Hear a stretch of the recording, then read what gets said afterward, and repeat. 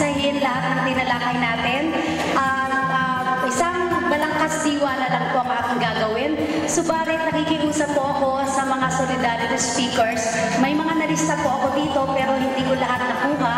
Kung maaari po, ipadala ninyo ang inyong mga sinabi at pwede nyo pang dagdagan kung anong mga bagay ang matutulong nyo upang tayo ay makatulong sa bawat mula sa ating mga kaloob kay sa ating yaman, mga mutya sa bawat isa. Yung pong umaga, nagsang diwa po ng umagang lumabas ay kailangan nating lumingon sa ating pinagmulan upang ating maunawaan kung sino talaga tayo. Meron din tayong pagtingin sa hinaharap, sa futuristics na kung pwede nating baguhin ang ating hinaharap. Meron tayong kalayaan at nabaguhin batay sa ating gusto at layunin sa buhay. At saka meron din po tayong magagawa sa kasalukuyan.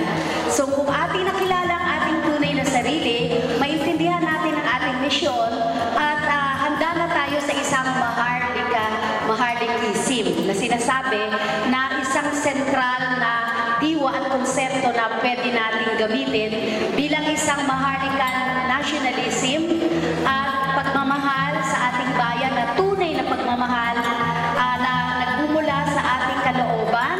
So pwede na natin gawin yung mga aktibidades bilang bahagi ng maharlikism dahil sa pamamagitan nito tayo ay makakabago ng ating hinaharap batay sa ating nakikita at ang ating nakikita at ang liwanag na ating nakikita ay batay rin sa ating kamulatan.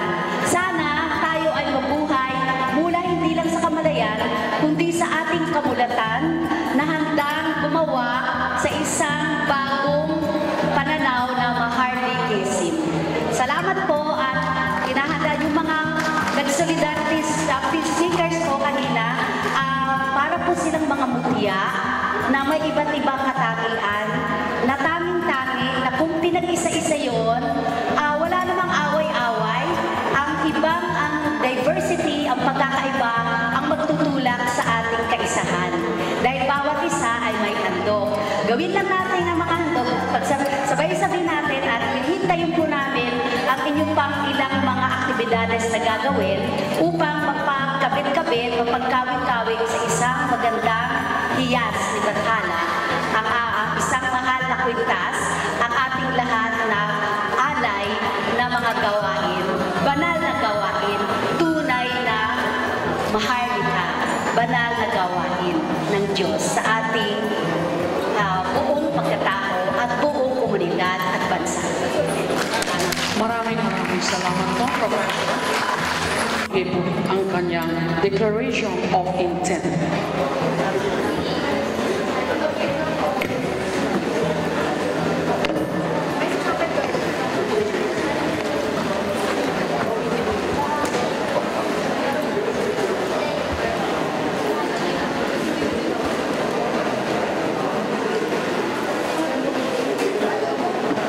Ayos mo ba lahat? Buhay pa? Mabuhay ang mga maharlika. Mabuhay ang mga maharlika. Ito ay maiksi lang naman. At ito ay isinulat sa Tagalog. Gusto ko sanang isulat sa iba-ibang dialect. Mga Ilocano, Chabacano, Tausug, Yakan, etc. Pero wala na kaming oras sa i-translate ito. Ito po yung Declaration of Intent ng mga maharlika.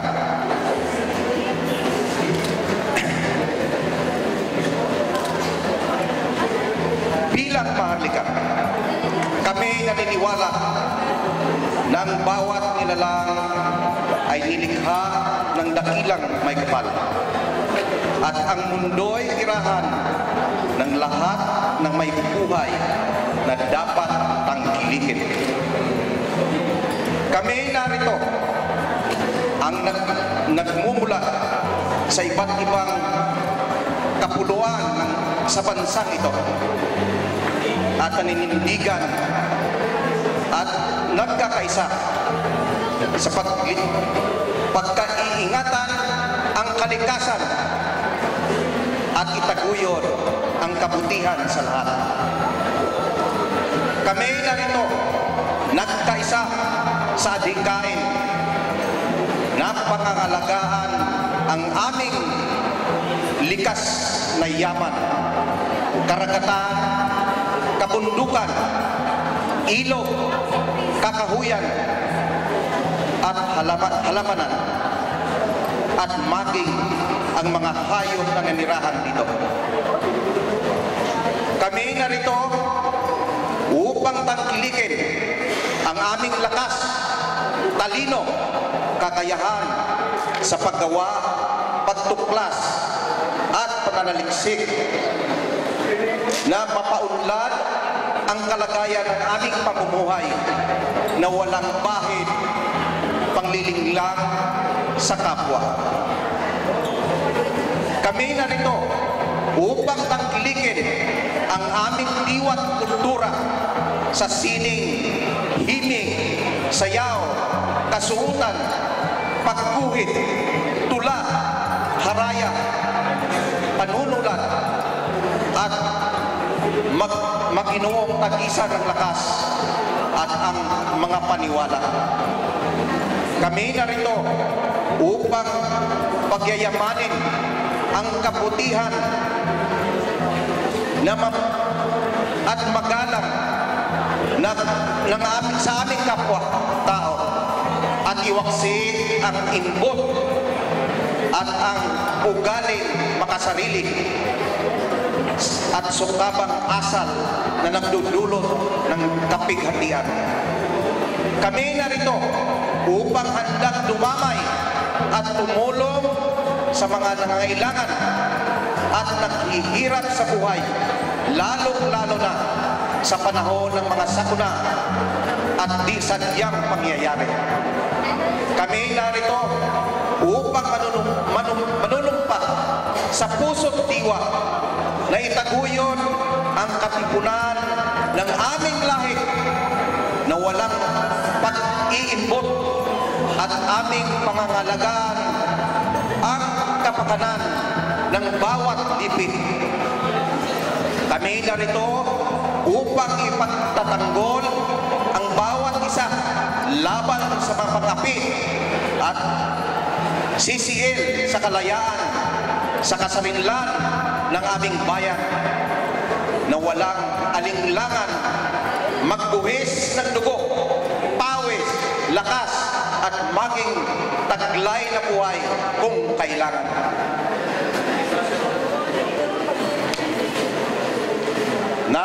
Kami narito nagtaguyod na ang pangalan ng aming bansa at lahi ay Maharlika, dalisay na mutya ng silangan, noon, ngayon, at magpakailanman.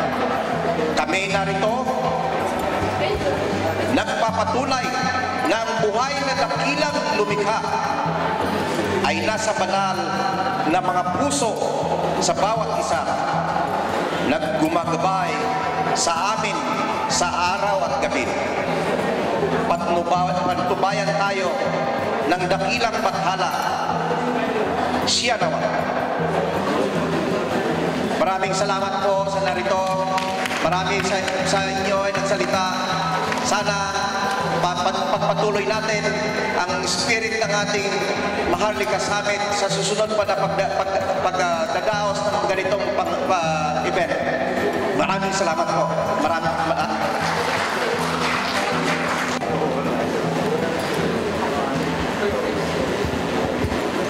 Maharlikang kumbati sa lahat ng dumalo, sumuporta at nag-iisa sa araw na ito, February 22, 2014. Ang araw na ito ay magsisilbing alaala at inspirasyon sapagkat hindi lamang itong araw ng isang magiting na kasaysayan ng ating bayan, ngunit ito ay isang dakilang sandali ng ating lahi bilang Maharlika. Alam ko marami sa inyo ang nagsacrifice alang-alang sa tagumpay ng maharlikang kaisipan at pagtitipon-tipon natin sa araw na ito.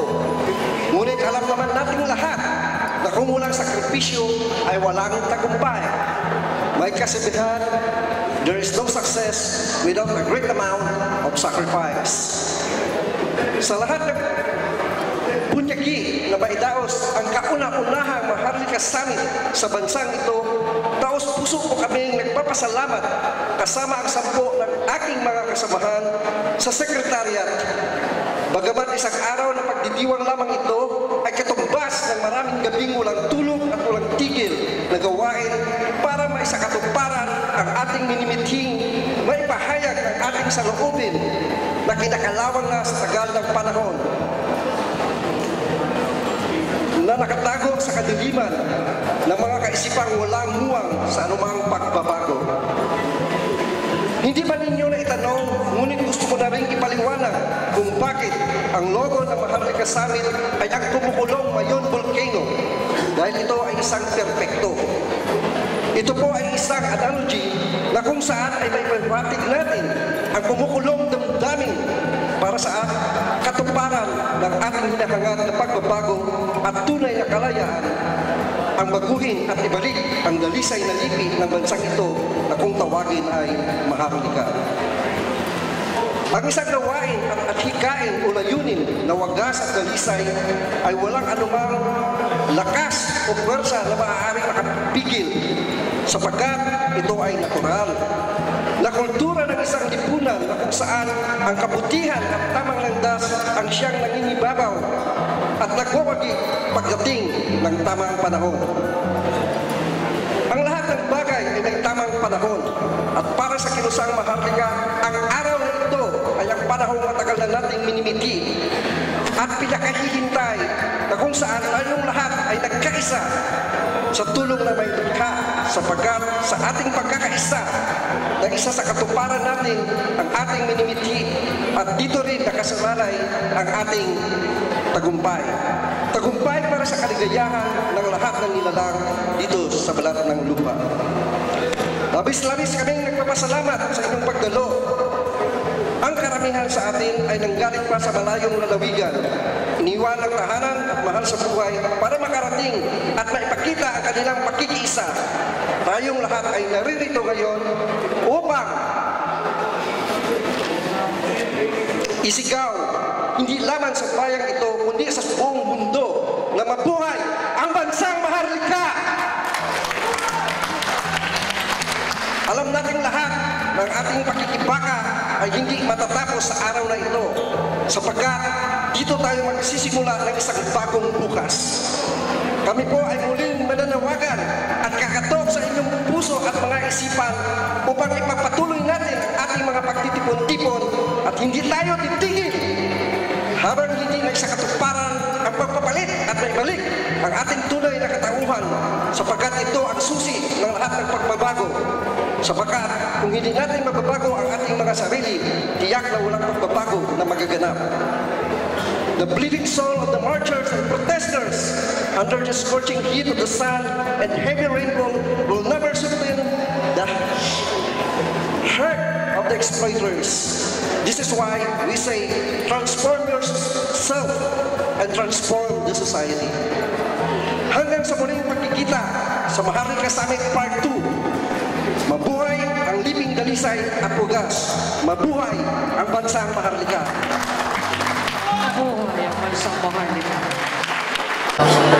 Ito yung Maharlika ritual. Ito yung ancient mantra.